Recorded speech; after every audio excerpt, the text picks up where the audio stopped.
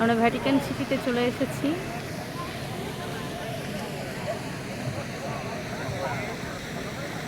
এখানে পোপ মারা গেছেন দুদিন আগে, সেই কারণে প্রচণ্ড ভিড় আছে, ক্রাউড বেশি।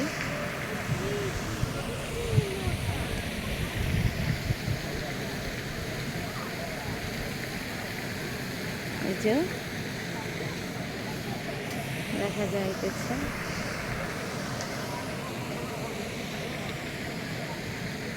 কি সুন্দর, যত দূর যায় স্থাপত্য শিল্পের নিদর্শন। ভেতরে আমরা মোনালিসার ছবি দর্শন করব।